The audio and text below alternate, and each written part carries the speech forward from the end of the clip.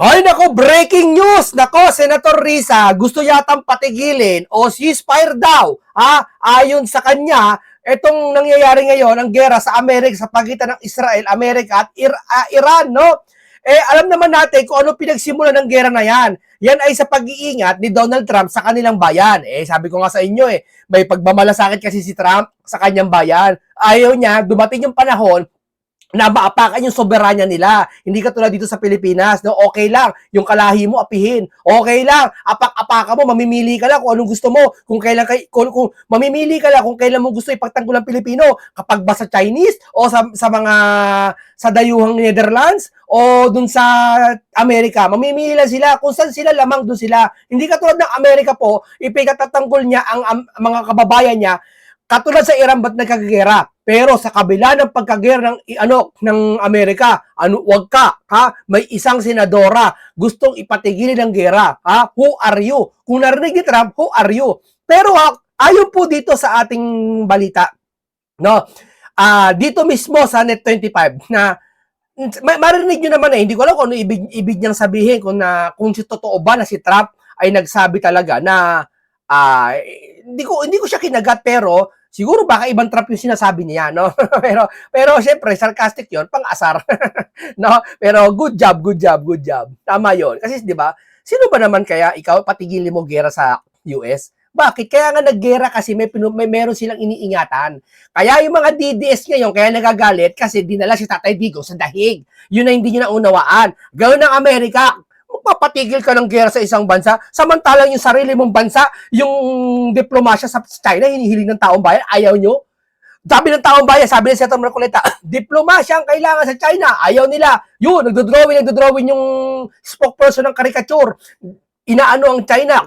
Ngayon sabihin nyo mag-ceasefire, hindi nyo naman gulo yan. Gulo ng Iran yan sa US, sasabihin nyo ceasefire. Sino kayo? Mas sabihin nyo ceasefire o negosasyon, magandang negosasyon dito sa China natin. Kaso ayaw nyo kasi nga, yung simpatya ng tao nasa sa China. Pag ang China, sinasabi nyo, inaapi tayo, kunwari, tagapagtanggal ko ng Pilipino. Di ba? Ganyan po itong mga to, binubuking po natin. Painggan po natin ang Net 25 sa kanilang pahayag. No? Sana sabi, okay kami dito, ganyan. Pero host, ano pa hindi, reporter para ng Net 25. Nila papayapain din ang damdamin natin mga Pilipino. Di ba? Ay, din po tayo natutuwa. Sige, may pahibang Pangulo. Ang sabi ng Pangulo, yung mga kababayan natin na nasa gitnang silangan, naguguluhan na ba kayo? Gusto na bang umuwi? Ipatriate na. Ito pong pahayag ng presidente. Sige nga. Itong plano. Unang-una, meron na tayong mga request na for repatriation. Halo-halo ito. Meron dito yung talagang pauwi na, natapos na ang kanilang trabaho, natapos na kanilang kontrata, pauwi na dapat sila talaga. Yun, basically, dahil nagsara lahat ng airport, walang lumilipad na aeroplano, na-stranded sila. At yung isang grupo naman ay yung mga tiga doon na gustong lumabas at doon sa danger area. So, as of early this morning, 10 ang gusto magpa-repatriate from Iran. Ang pinakamarami itong Israel, 297, 22 from Jordan, 231 from Bahrain, 586 from Dubai, 270 from Abu Dhabi. Altogether, that's 1,416 Filipino nationals who would like to have requested repatriation. Ayun. Mapauwiin po kayo, ha? Anong tawag? Magtago daw muna kayo, sabi. Kayo na umaga, balitan natin, C-130. Bago yan, i-play muna natin tong isa. I-play muna natin tong isa, yung buo. Yung buo, para mas maganda, para ganahan naman kayo, para kung iba dyan, maitang ulo, umihit lalo ulo nyo. Ito ngayon ang problema. Alin ang problema? May mabigat na problema, alin yun? Alam ko na solusyon ni Pangulong Duterte dati to Ewan ko lang sa kanya. Ang lumilipad na eroplano at yung mga airport ay tinatamaan na. We have heard reports of attacks on different airports around the region. Generally this is by Iran. Yung mga tumulong sa Amerika at yung mga bansa na tumulong sa Amerika ay inaatake ngayon ng Iran as retaliatory strikes. Kaya very fluid ang situation. Ang assessment Ang hirap, no, pag yung bayan mo, kurakot, no? Ang hirap magpasya, no? namin is delikado siguro magpalipad. Kahit na kaya nating magkumuha ng eroplano at ipasok, wala tayong magagawa. Submarine na lang, sir. Submarine. Submarine na lang po. Sa tubig. Ay, tubig. Nabanggit na naman yung tubig. Sensya na. Nabanggit na naman yung tubig. Dahil, number one, the airports are closed. There are all no-fly zones. This is a combat area. And ang kinakatakutan ko sa lahat ay yung nangyari. I'm sure nabalitaan ninyo lahat. Tatlong fighter jet ng Amerikano ay pinabagsak ng Kuwait by accident, by mistake. So, kung commercial airline, baka magkamali din at baka they will attack it by mistake. So that's what we are worried about. So siguro yung pagpalipad ay hindi muna natin gagawin. Ngayon, by land, meron mga option na nagsasabing by land. Yun din ay delikado din dahil kung magkaroon ng friendly fire incident, alam mo, pagka may putukan, it is an active combat zone. Pag nakakita ka ng maraming sasakyan, baka bombahin yun. Because they will misidentify it as some hostile movement. So that is also dangerous. Although that will be the best option that we will have as in the immediate future. Dahil nga kinakatakutan pa natin yung pagpalipad. So, ang advice na binibigay natin sa ating mga kababayan ay maghanap kayo ng safe place at doon kayo muna at you stay there and you stay in a safe place and stay indoors and stay away from areas of danger. Magtago muna kayo, sabi ni Junior, no? O, ituloy na natin to. Gamitin ba? May isang senadora na pinapatigil. Delikado. Alam ko hindi na senadora yan eh. May isa pang congressman eh. Ha? Yung ganun yung bibig niya. Ayun yan, ganun. Pinapatigil, ceasefire daw. Military. Sino congressman yung ganun?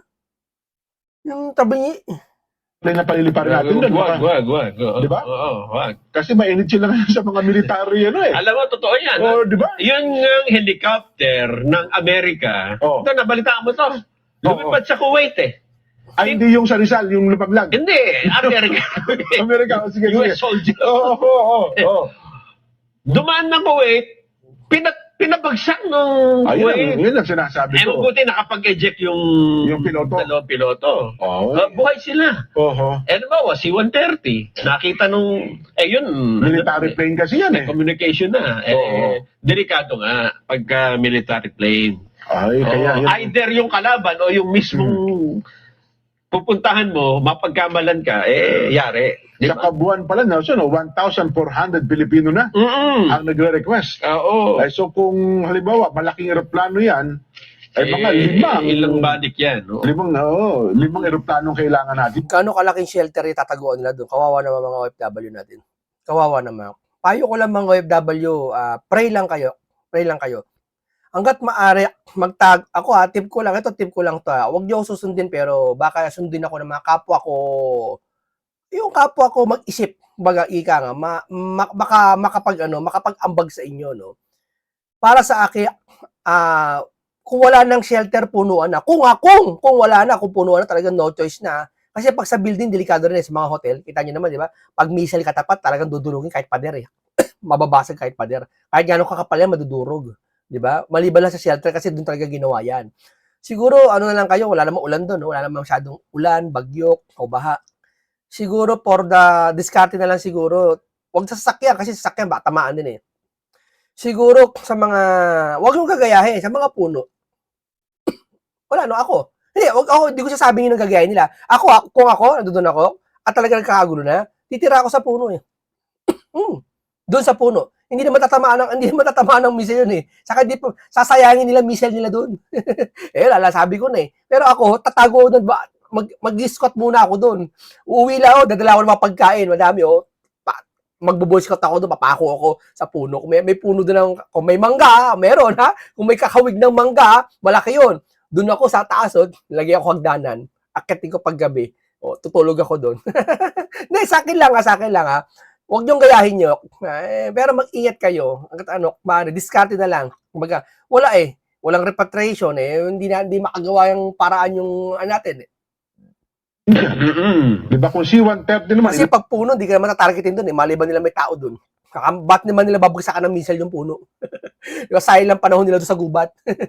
Di ba? Sayang, ba't ba tayo babagsakan yan? Ano meron dyan? Di ba? Yun lang yun. ano ba ang maximum capacity ng C-130? Pero sana, aywan ko lang mahirap magmarunong. Hindi kaya natin kabisado kung ubra ang C-130 dyan. Yun nga. Di ba? Oh. Pero most likely kasi ang dami mong dadaan ng mga bansa dyan Ayun na nga, tama ka. Mapatang ka doon. Hindi, alin sa ngayon ba sa gitnang silangan, alin-alin ang mga airport na bukas? Ayun pa. Kasi mukhang wala pang flight hanggang ngayon. Yun pa problema. Mamaya siguro maghingi tayo ng update, di ba? Napakahirap niyan.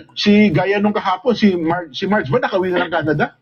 Kasi dapat kahapon na alas 4 ng flight niya, babalik, di ba? Alas 8 ba ng gabi? Wala pa atang flight Hintay. Ayun. Oo. Sinasabi natin. Kaya dahil dyan, Jen, merong nanawagan na para makabalik ang mga Pilipino dyan, ceasefire muna. Yan na.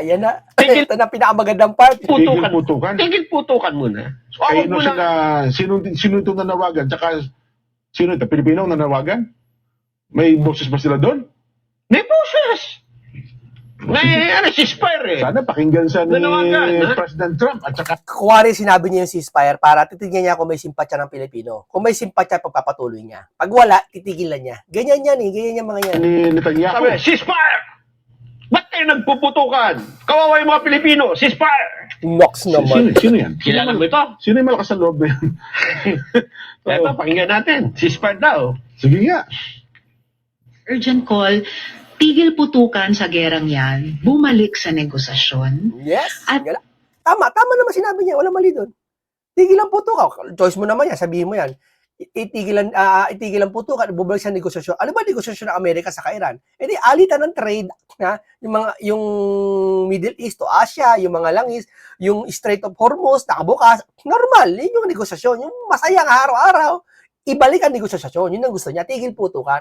Pilit na pagkasunduan yung mga issue na sabi ay dahilan daw kung bakit nangyayari ito. Just the day before the attack, ang issue daw ay yung nuclear energy development program ng Iran, which by the way, last year, sinabi ng US government na obliterate na yung capacity na yon. Biglang the day of, hours after the attack started, naging regime change. No? So, pero kung ano man Ma'am, wala tayong pakialam dyan, ma'am. Sige, go lang. toong at yung pagdadahilan ng mga issues, basta tigil putukan muna, i-secure yung kaligtasan ng dumadaming taong nanganganin. Ayun ba sinasabi kay Trump? O sa amin? Kasi pag sa amin, bali wala sa amin yan eh. Kasi ang alam namin, di naman kami kasama dyan eh. Sa Iran na yan eh. Away yan eh. Apektado kami. Iba yung kasama sa apektado. Apektado yung langis, yung bilihin, yung dolyar, yung trade, yung tourism, yung OFW affected. Lalo na yung mga OFW natin may buhay. Pati yung ating mga kababayang Pilipino, bumalik sa negosasyon. Ibalik yung Sino ka? yung Baka sabihin ni Trump, who are you? rule ng Hindi, international tama yung sinabi niya. Opinion niya yan eh. Wala mali dyan. Tama yun. Kung mapakinggan siya, pero pakinggan. law. Ayan, iba? Ano nyo nga, bigyan nyo nga ako ng clip niyan. Padala. Ito nga, Isisan mo na. mayroon ng reply si Donald Trump. Oh, Donald Trump, sinabi may reply. Hindi ako may sabi niya na pangalan nito. Lubay, Nelson. No? Sa panawagan ng Senador Risa Ontiveros. Sabi niya, thank you, Senador Ontiveros. Wow! From now on, we will stop attacking Iran. Dahil sa panawagan ng Senadora Risa? Pati yung Iran may statement. Ha? Sarcastic yan, sarcastic. Pero hindi ko alam kung ba't niya sinasabi yan. Hindi ko alam. Parang kasi, totoo ba? Kayo, na-search nyo ba? Totoo ba? Baka sarcastic na lang. Inaasar lang siguro. Kasi, ikaw ba naman, mananawagan ka? ng ceasefire. Iran will comply. Israel, ito, Israel, we will do that. si Netanyahu. Ito dapat. Totoo yan? Payapa na ngayon sa Middle East. Kala ko sagot, who you? Who are you? Ano? Hindi siya may sabi nun ha, hindi ako ha. O sabihin niyo fake news ako. Baka naman ibang Donald Trump yon, magkapangalan lang, baka kaibigan niya, binasa niya lang na biro lang naman yon sa kanya. Ano lang yon, sarcastic lang baga kasi nga ikaw ba naman isipin mo, imagine mo, papatigilin mo ang ceasefire. Kaya Papatigilin mo, magsisabi mo ceasefire. Alam mo ba bakit nakipagdigma ng Amerika, alam niyo ba? naman pinapakad. Pakibigyan niyo lang ako ng copy. Ito-text ko. Ipo-forward ko ito kay President Trump. Oo. Ipo-forward ko kay President Benjamin Netanyahu. At saka sino ba ang leader? Iran, kung sino man yung natira doon. Walang ano ngayon eh. Walang leader at Yung anak pumalit. Alam niyo kung bakit di pwede mag-ceasefire tulad ng sinasabi ng ating senadora? Alam niyo bakit? Eto, babasahin ko sa inyo ha. Kaya wag kang, alam mo, aral muna sila bago sila magsabi ng ceasefire. Ang kailangan, hindi po pwede kay Trump ang ceasefire kagad. Alam niyo bakit? Eto, basahin ko ha. Ayon kay Trump, ang digmaan ng Iran ay inaasahan tatagal ng 4 hanggang 5 linggo na maaaring mas matagal pa. Wala pa tayo 1 linggo ha. Washington DC, sinabi ni Pangulong Donald Trump sa Estados Unidos na plano para sa digmaan ng Iran ay itinatayang 4 na linggo hanggang 5. Idinagdag ng military US ay may kakayahang mas matagal pa kaysa doon. Baka mabot pa ito ng 6 na buwan. Sa kanyang pagsasalita noong Lunes mula ng sa White House, binanggit ni Trump ang katwiran ng kanyang administrasyon sa pakikipagdigma laban sa Iran, kasama ang Israel, na sinasabing ang Iran ay nagdulot ng malubhang banta sa US kahit na muli niyang inangkin ang mga pag-atake ng US sa Iran noong Hunyo ng nakaraang taon ay humantong sa pagpuksa sa programa nuklear ng Iran. Ano daw? Ba't nagpatuloy ang digmaan? Banta sa US. Nakikitaan nila na banta sa US. Kung ito pababayaan nilang Iran, at hindi ko alam, may iba pa dyan. Kung may sinuko ng Iran dito, pababayaan ng US yan. Baka wala pa 1 linggo. Hindi sumusuko ang Iran. Sabihin, ikaw, parang ganito, sabi ko, di ba yung ICC kay Donald Trump? Sinanction niya yung mga yung mga ICC ng US. Bakit? Kasi sa pagbaba ni Trump, banta sa kanila yun eh. Banta kay Benjamin Netanyahu. Yung di ba may warrant of arrest si Prime Minister ng Israel ngayon sa ICC? Anong ginawa ni Trump? Banta, yan ang magandang leader. Inaagapan niya na yung mangyayari pa lang. Hindi katulad ngayon, di ba? Ano ba? Sa sila nakatingin doon sa mangyayari, pero sa 2028 election, dapat yung kapakanan ng bayan mo, yun ang iniintindi mo, yun ang titignan mo katulad ni Trump. Handa siya makipagdigmaan para lang kasiguriduhan ng Amerika. Si Trump matanda na eh. Pwede na siya magmuni-muni na lang, pwede siya magpautos na lang. Hindi. Nagsisipag siya. Bakit? Alam niya, pag pumanaw siya, mawala siya, siguridad yung Amerika na walang banta laban sa bansang dinidigma niya. Dapat ganun din. Kung hindi naman tayo nakikipagdigma pamamagitan ng missile o bala, mga tangkep, jet fighter, makipagdigma naman tayo sa kalahi natin. Sa ibang lahi pala. Di ba? Ano yun? Lalo sa kalahi natin, yung mga magnanakaw at pakulong. Huwag mo i-delay ang investigasyon kay Pinky. Di ba? Tapos hindi lang yan. Yung kay Tatay Digong, dinala mo sa ibang lahi. Ano yun? Sinuko mo, soberanya natin. Di ba? Ito ang dahilan kung bakit ayaw ni Trump. Sasabihin mo, ceasefire. Sa China, kinakailangan yung salita nyo na ceasefire muna. Ano sabi ni Tulfo? Ceasefire muna sa World War. Di ba? Nakipagdigma tayo sa yung mga bangag-blogger sa keyboard warrior naman, pro-China. Wala nalalaman sa trade, wala nalalaman sa turismo, wala nalalaman sa negosasyon, wala nalalaman sa OFW, wala nalalaman sa investor ng China sa Pilipinas, yung pakikipagkalakala.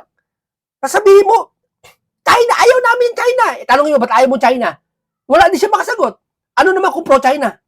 Di ba? Ganun yun. Hindi yan kagaya ng kay Karpuet. Naniwala kasi kay Karpuet na ang away ng China isang away kapitbahay lang. Magkaiba yun. Ang away ng kapitbahay pwede magbati kinabukasan. Ang away na to hindi away kapitbahay sa China, kundi away na ito na kung saan maapektuhan yung mga OFW, yung trade, yung turismo, lahat maapektuhan. Naniniwala kasi kayo doon kay Karpuet eh. Di ba? Siya ang lowest rank kaysa kay Senator Marcoleta. Ngayon, ako lang yata ang vlogger na ganito makapagpaliwanag eh. Walang ibang vlogger eh. Iba dyan, nakikiano lang eh. Di ba? Wala. Iba, ako, sabihin ko sa inyo. Oh, ang ingay-ingay nyo sa China, dapat doon kayo sabihin nyo sa China, ceasefire muna tayo, o wala mo na away, mapag-usapan yung WPS.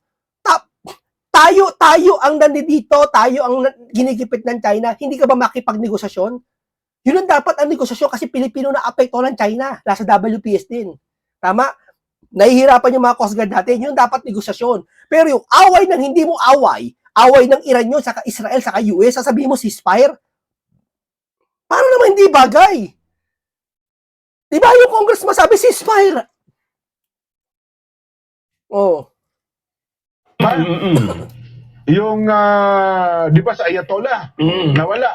So ano to, Ayatollah Junior o anong pangalan? Wala pang Khamenei. May ganun din ang apelido.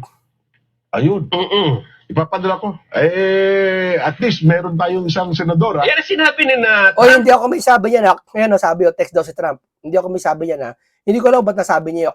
Pero sa palagay ko, biro lang yun. Yung kay Trump. Jen, ha? Oh. Kaya lang, may tumutol na Pilipino. Ito, maganda. Grabe naman yan. Soplak siya dito. Ha, sino to? Dapat sana, okay na, tapos na, di ba? Oo. Pinakinggan na si Senador Ontiveros eh. Oo. May tumutol na Pilipino. Doon sa tigil puto. Sabi nung mga ni Trump, teka muna, mas papakinggan namin ito, itong tumututol. Sabi ni Trump.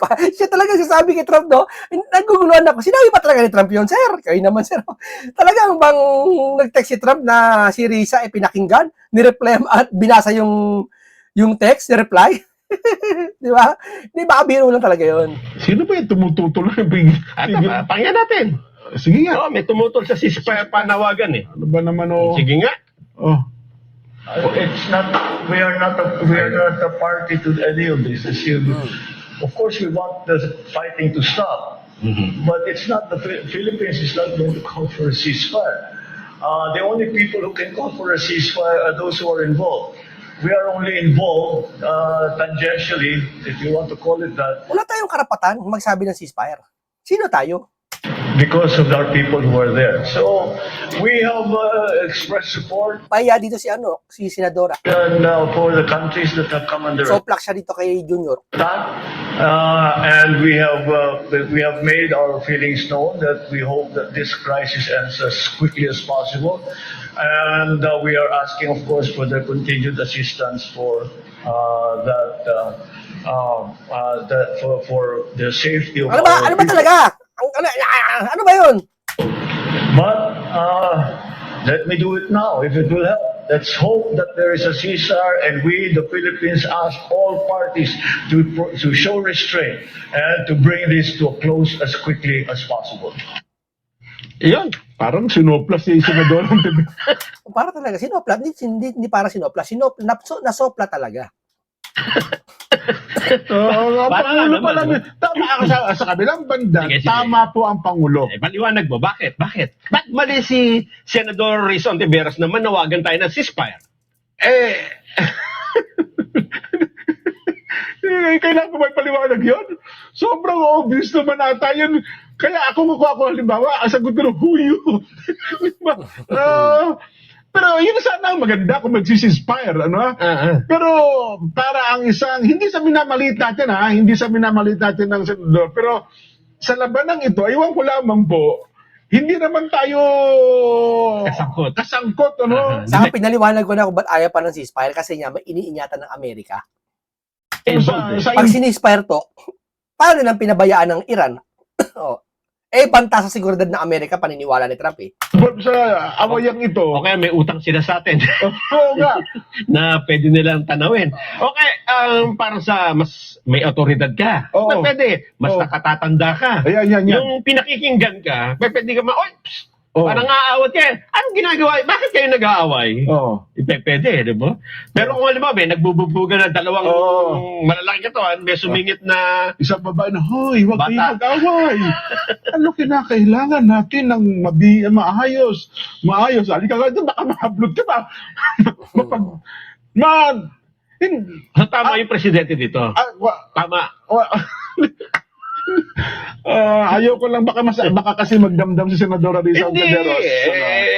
kailangan naman nating Opo. i-discuss ito dyan. Diba? Pero tama po ang Pangulo. Tama po ang binanggit ng Pangulo. Sino tayo para manawagan ng ceasefire sa bagay nito? Pinakamabuti, sa kasuhin na lang natin, yung ating mga kababayan Yun. na huwag maipit doon sa gulo. Totoo. Pero para tayo manawagan po ng ceasefire, baka masipa tayo. Tama naman. Lumayo-layo ka. Ceasefire, ha? Oo. O, sige nga, saluhin nyo ito isang missile. Naku po. Saluhin niyo sa naalala ko tuloy yung minagsabi na hindi naman huwag kayo magtaka. Hindi naman aabot ang missile sa Pilipinas mula sa Iran. Hindi naman talaga magigirahin ng Iran ng Pilipinas kahit may EDCA rito. Kasi nga buo din sa malayo. Pero yung konsepto na daw hindi aabot yung digmaan dito sa Pilipinas mula sa Iran, professor pa nagpaliwanag, matalino daw. Ha? Bakit? Sino may sabi kung gugustuhin ng Iran, ba't missile lang aabot? Hindi naman talaga aabot ang missile. Bakit? Ba't missile gagamitin niya? Hindi gumamit nila siya ng parang, anong tawag doon? Yung aeroplano. At kaugnay niyan, may Sino kaya mga... nag-advise kay Senadora Risa Ontiveros? Sa sarili lang siguro niya. Sorry. Nagkikitanong ng tanong kasi yung mga reporter sa Senado eh. Mm-mm. Siguro si Mar Gabriel. Sana ganito yung statement niya dyan sa awayan ng China. Tama. Baka nagkamali lang, dapat talaga sa China yon. Dapat yun ang statement niya para sa China. Magnegosasyon. Di ba yung negosyo si Seto Marcoleta? Bakit tayo magsasabi sa isang bansa na hindi naman wala tayong kinalaman na magnegosasyon sila? Ano pa mo? Parang nakikiawat ka lang eh. Nakikiawat ka lang. Yun kasi ang dapat talaga. Huwag mong papalala. Yung sarili mong bansa ay nang inaawa, yun ang negosasyon mo.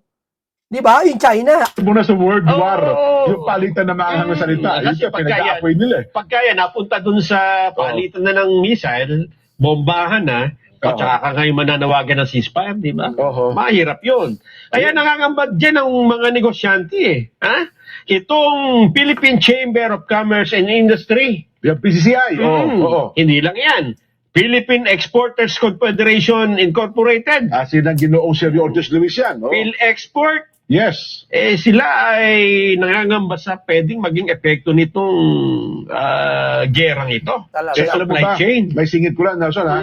Doon sa World War, sa pagitan ng Pilipinas at ng China, umaaray na yung grupo na ginoong Sergio Ortiz Luis, ha? Totoo. Yung PhilExport. Oo. Dumagdag pa ngayon itong literal na gulo. O, tingnan mo, di ba? Lalo maghirap ang Pilipinas. Binatablan nyo ang China. Ha? Akala nyo kasi may US. O, ngayon, ito naman. Ano ngayon problema nyo? Corner kayo. O, karma yan sa inyo. Karma yan sa inyo. Yung mga matitigas na politiko na ulo dyan, nagmamalaki. Di ba? Ginagamit pa sa bayan ng Pilipino. No? Pati nga mayaman, iniinda yan eh. Di ba? Isipin nyo rin yun. Huwag kayo maniniwala kay Carpuet. Yan nagpapasama sa Pilipinas eh. Isa sa mga nagpapasama sa Pilipinas eh. Yan si Carpuet. Oo. Okay, ganito lang po tayo. Maraming salamat po sa inyo. Maraming salamat po sa inyo. Yung kay Trump, biro lang yun ha. Sa akin, ang dating sa akin noon, yung sinabi niya nag-text si Trump. Pero hindi ko alam kung ba't niya sinabi yun ha. Hindi ko alam, baka talaga nag-text naman talaga. O nagpansin naman talaga si Trump. Hindi ko alam kung saan niya nakakuha yun. Pero sa akin, dating na yun, biro lang yun ha. Biro lang niya yun, baka sarcastic na biro lang yun na nag-text si Trump, na ganyan, etc. Para kasi nga naman, ang dating nun, sino ka para magsabi ng ceasefire? Diba? Yun ang gusto nilang palitan doon sa biro na yun, no? O, yun ang dating sa akin. Ewan ko sa nila kung totoo yun, na talagang may nag-text talaga, no? Oo, pero sa akin, biro lang yun. Okay, maraming salamat po sa inyo. Mabuhay lahat kayo. Paalam po sa inyong lahat.